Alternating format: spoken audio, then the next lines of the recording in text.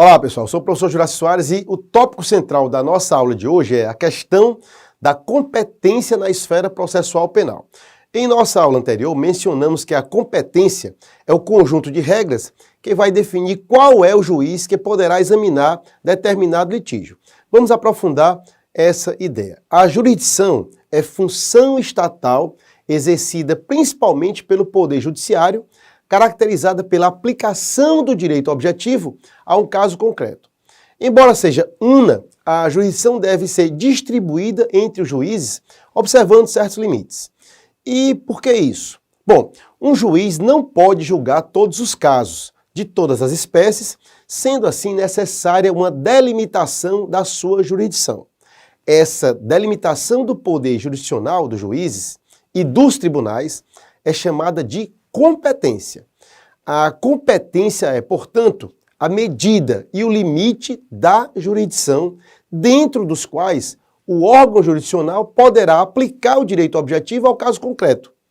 Tem natureza jurídica de um pressuposto processual de validade do processo. Bom, esclarecida a ideia de competência, vamos agora apresentar os critérios para a sua fixação que podem ser classificados como principais, específicos e secundários. São principais os relacionados à condição funcional ou à qualidade das pessoas acusadas, à natureza dos fatos incriminados e ao lugar onde ocorreu a infração penal. São critérios específicos o domicílio ou residência do réu e da vítima. Por fim, os critérios secundários são usados quando não for possível, a partir dos critérios anteriores, identificar o juízo competente. Compreendem a prevenção, a distribuição e as normas de organização judiciária. O CPP, o Código de Processo Penal, traz os seguintes critérios para a fixação da competência: lugar da infração, domicílio ou residência do réu, natureza da infração, distribuição, conexão ou continência, prevenção e prerrogativa de função. Vamos agora sintetizar a aplicação desses critérios. A competência pelo lugar da infração é chamada de competência territorial. Conforme o CPP, o foro competente será firmado pelo local da consumação do crime.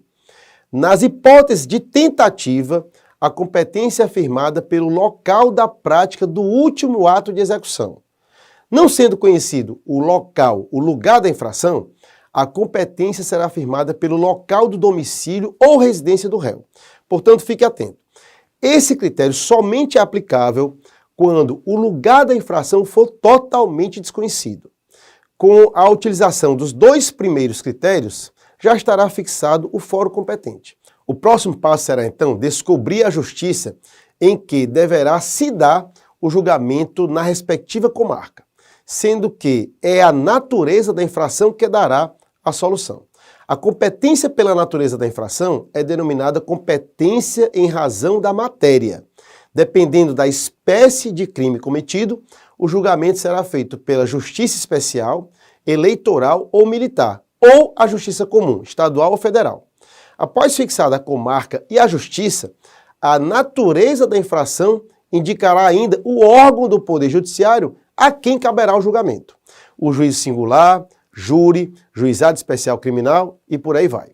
As competências pelo lugar da infração e pelo domicílio do acusado têm a finalidade de estabelecer o fórum onde se dará o julgamento. Uma vez fixada a comarca, é o critério da natureza da infração que apontará a justiça competente.